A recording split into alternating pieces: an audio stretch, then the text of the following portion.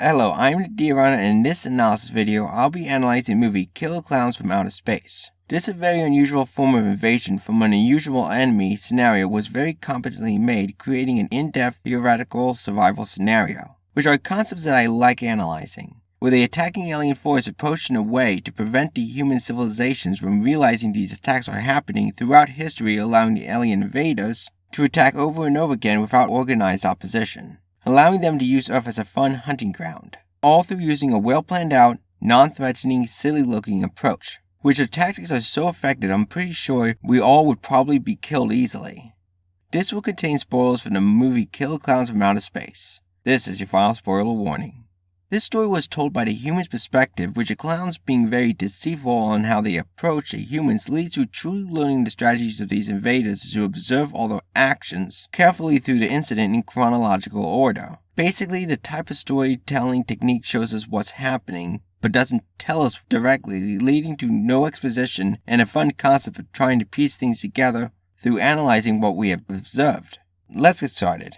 First, the ship comes in fast to look like an unusually large shooting star instead of a slow-moving ship to take the form of something that wouldn't raise suspicion, though it is eye-catching, as they move their entire force to their initial attack position. The ship has been shown to be quite visible moving slow, so to avoid radar and the limited coverage that the humans has for monitoring outer space, they are looking for spaceships. They have their ship approached like it did, basically drifted in like a shooting star to maintain normal shooting star trajectory, then slow down very close to the ground, which being close to the ground makes a sudden deceleration invisible to radar, which is confirmed by the eyewitnesses of the shooting star not seeing it slow down, but it did once the trees obstructed their view, which the landing zone was isolated and view is obstructed by trees, so no eyewitnesses were possible. Since the Klowns' technology is far superior to humans and can directly get to our satellites, they should easily be able to deal with satellite monitoring them and likely easily mess with our ability to monitor space. As a computer scientist myself, I know the software is quite vulnerable, which the reason why we haven't had those vulnerabilities exploited is because we still don't know about them.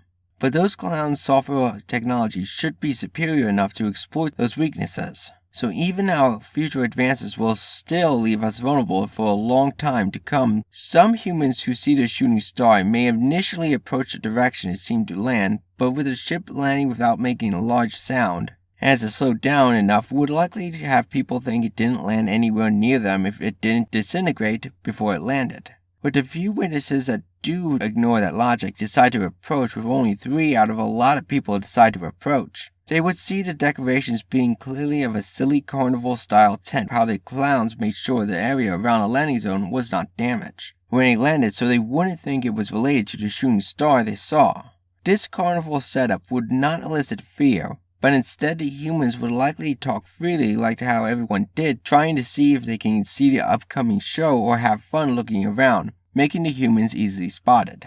Since the carnival setup has been shown throughout a large part of recorded history, and a lot of historical information was lost which could have held reports of the clowns, all civilizations could have been attacked, as these attacks inspired the carnival part of human culture due to how close the humans mimic clowns, as the humans clearly did not take the reports of the attacks seriously. Due to its bizarre nature and likely not repeatedly attacking the same target with how many targets were available, which a lack of effective long-range communication between areas that got attacked during early human history would not be able to effectively see patterns to the attacks, before the reported attacks would just be made fun of, dismissed, then forgotten. With the inefficient evidence left behind, which will be shown by the end of this video, leave what seems to be a very few seems to be raving lunatics with the bizarreness of the reports, while many times there be no witnesses. Humans attach these reports to the entertainment part of their culture to associate this with fun rather than fear, solidifying that most people would have reacted without fear like the main characters. The ship Carnival's single open door setup is a very effective trap. With that in mind, if any of the clowns were roaming around, they distinctly do have an intimidation factor, so patrols could scare many humans who would have otherwise made their presence known. So no patrols to allow the humans that see their ship to approach. There were some dangerous components to the outside, but they are attached to things generally you shouldn't touch, like rope tying the tent to the ground, being electrified, and the cloth the tent is made out of being some sort of metal. So most people wouldn't have touched the critical dangerous components, as they were made into things you usually should not touch at a carnival at all. leading to them approach the carnival trap without seeing signs of danger. Then they make sure there's only one way in, which is wide open, which also looks like a well-done carnival thing, which funnels in any humans that get too curious to go through a passage which the clowns that hear these loud humans decide to simply block the path to the exit before they realize it's dangerous. This allowing the humans full access is actually not a problem, since they don't know how this technology works. They have little chance of doing any harm, especially at this early stage, and the clowns definitely love the hunt with the amount of things set up to have fun chasing the humans through the ship. Our main characters have managed to remain undetected long enough to realize this is dangerous, leading to them managing to run out just before the exit was blocked. But the weapons used were extremely deadly for the ones who were successful at running away from the open carnival tent trap. First, a balloon dog tracking their scent will allow constant pursuit to the ones that get too close to the isolated ship. With it being isolated means they will be exhausted, slowing down too much before getting to where help can be found. And this was a time before his cell phone, so just blocking a signal for ones for our time is enough for the same result. Next countermeasure is for the ones that so happen to escape. Besides running away with a ridiculous story so no one takes you seriously, the popcorn they have stick to them will, once they finally stop running and try to hunker down, they of course will ignore most of the popcorn that are in fact deadly things that grow quickly and quietly into those razor-sharp teeth clown heads with worm-like bodies once the humans stop moving around and leave them in the confined spaces all around where they are trying to hide, surrounding the humans when they rest that will eventually have to rest in a single area for a long time. With that, their initial landing is basically very formidable, with almost all humans would have ignored the attack for its landing and very likely no survivors from among the ones that investigate. And the ones that do escape will only leave with extremely bizarre, hard-to-believe stories, which the extreme nature of what they find would lead to bizarre descriptions or watered-down reports to try to look credible, removing the effectiveness of the reports for the soon-to-be-happening upcoming slaughter. With a very limited amount of witnesses at this point will lead to likely strange stories not being believed. The clowns now have exited their initial phase and will now focus on attack. They first send out an extremely large force spread out to, as quick as possible, reach as many humans as they can to take out the human settlement's ability to organize. They also look for the limited traffic at night to take out anyone trying to leave the attack area. As you see, the main characters did not try to leave the attack area, but the car driving down a back road around the attack area was hunted down, with likely any others that tried to flee as well. Isolating the town they are attacking with technology to mess with communications would be effective for a long time to come as well. At that point, they make their approach. Though these clowns dressed up in ridiculous outfits, they still look intimidating, so the clowns chose when they reveal their presence to humans to first keep their distance in normal areas. They can't be interpreted as if they snuck up on the victims, which after they clearly keep their distance and not approach at all except as part of an act with the approaching on a toy bicycle to the bike gang, but still keeping their distance. Some humans may get creeped out and try to move away without getting information, but them leaving is unlikely as the clowns each use the technology and props to show a form of entertainment that are clearly, by our standpoints, clearly entertainment, like puppet show, delivering fun types of food items to your door, riding a toy bicycle up to the biker gang, and shadow puppets, which would easily have us all instead stop moving away and see how this plays out. So all of us with this tactic will be basically gathered around for the upcoming slaughter. At that point, any straggler humans that notice it have come over and the people already there call out to the other humans to check the entertainment out. Gathering all potential witnesses, and after enough time has passed for witnesses to gather, the clowns pull out the weapons that look very decorative and non-threatening. They do this slow enough to get these weapons in position while not having the humans register as a sudden movement that could scare them off while the weapon is getting ready. And once a weapon is in position to kill the humans with 100% certainty, the clowns may intimidate the victims with no chance of consequences. As has been shown, these clowns love taunting their victims.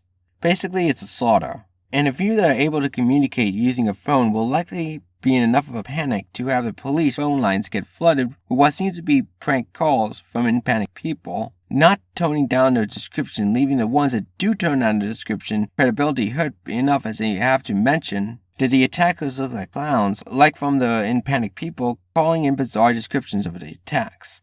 This will have the police or any law enforcement agency to have a significant chance to fail to take them seriously quickly, and with every clown doing something different, it leaves the amount of variety in the craziness of the reports so high, leading to unbelievability, which has been shown with how the police are at a loss despite the amount of reports coming in, which lead to investigation rather than quick action. Unfortunately, one of the police officers managed to validate the claims and report the attack, which triggered the humans counter-striking, but only after significant delays. Later in the attacks, you do see the clowns target key human security posts such as a police station before the police could try to organize against the threat. But with the reports coming in, they know that this confused law enforcement agency is on edge, or any type of law enforcement agency throughout history, or any security force. So this single clown let himself be outnumbered and actively acts in a silly way using multiple harmless pranks, and allows themselves to be led to the jail cell. This unusually active act of harmless comedy would basically have the police, who are doubting the claims, more at ease thinking the situation seems like a prank, which most law enforcement and security throughout history would likely think that. But having one of the clowns from the reports there would obviously lead to curiosity, bringing all law enforcement in the small building. So after a while, once it was clear no one else was likely in the building because he didn't come over, the clown had fun killing everyone and waited for any more police officers to arrive. Depending on the size of the building and the number of police officers, a small adjustments to the clown's numbers could have devastated most security outposts like that with how powerful the clowns are.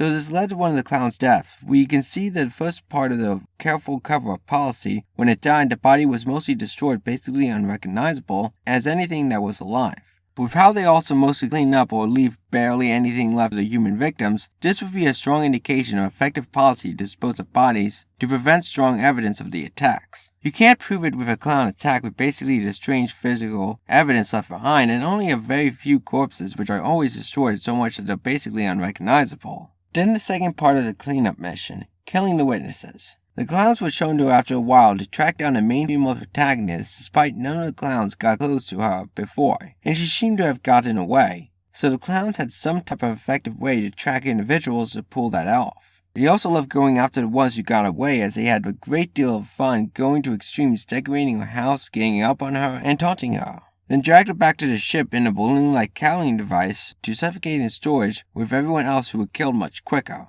And with the major cleanup mission with the clown parade to clear out streets of buildings while shooting everyone who managed to evade as they carefully went through room by room, showing a very organized, careful rounding up of all humans in designated areas would leave the amount of witnesses and bodies left behind so low that it'd be difficult to prove, especially with the bizarre stories told by the small amount of witnesses. The main characters going on the offense was likely the only way they were going to survive, as fleeing the town would be a death trap as the clowns are patrolling the roads and hiding in town would have the clowns come to them in force eventually. And that should make it so the clowns should be able to leave without the human race trying to defend against the next attack. Even our advanced monitoring of equipment would be rendered useless with the clowns' advanced software, as even modern times we still would be as vulnerable to have clowns slip in and attack than leave without raising an alarm to fight against a clown threat.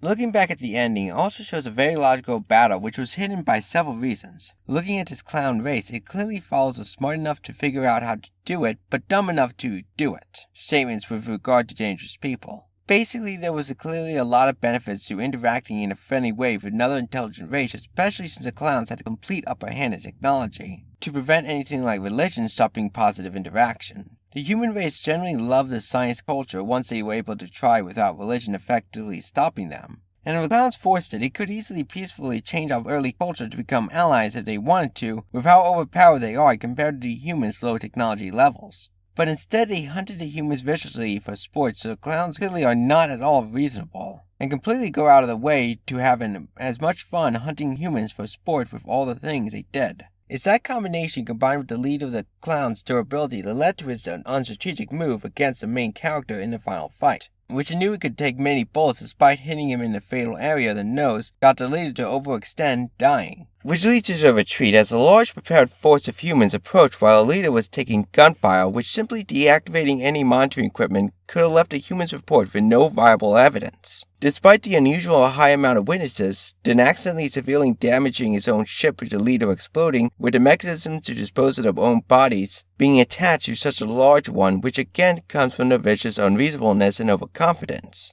And in the end show the clowns are still not beaten as they should be expected by how advanced they are.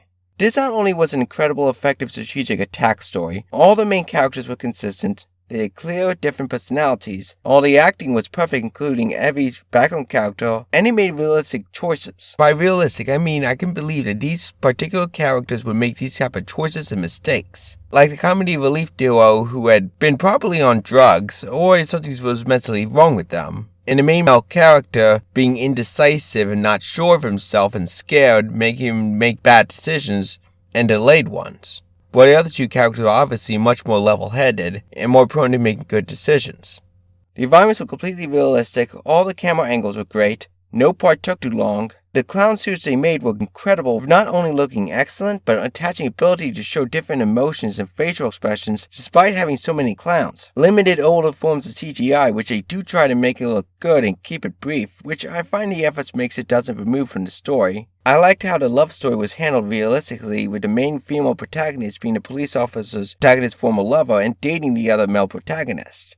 They put love aside and focus on investigating and then counter-striking the invaders. With only a realistic amount of mentioning the stressful love triangle problem, with a realistic showing signs of the relationship, at most showing a very small amount of kissing between the ones who were dating, while at all times make sure they treat each other professionally and have each other's back like people in an active battle scenario. Showing the male protagonist thinking it's a dream till he had to painfully dodge the clown's attack through his sarcastic actions rather than saying lines like it's a dream. The two comic relief duos surviving the fiery explosion with the proven concept of wearing something that can keep the fire at bay long enough for them to escape, like the ice cream they got covered with. Details like the leader of the clown nose shaking when bullets hit it, and the best part, it was scary, including on the second viewing of it. If it wasn't for the second group of main characters escaping, landing too close to the first group of main characters, this would have been a perfect score on such a logic-driven story, pushing the horror concept to the full extent. I would have also liked seeing the clown car the second group of main characters used to escape close by, so for that at the end mistake, I give this a light 10. Watch this movie, it's fantastic. That seems to be all the information stored here, so I'll end my video here. If you enjoyed this one, I do have an ongoing series on My Hero Academia that currently shows 3 characters with their own massive hidden agendas secretly sabotaging the ones they seem to work for. This has been a Deer Runner, the Runner of Deer. Thanks for watching.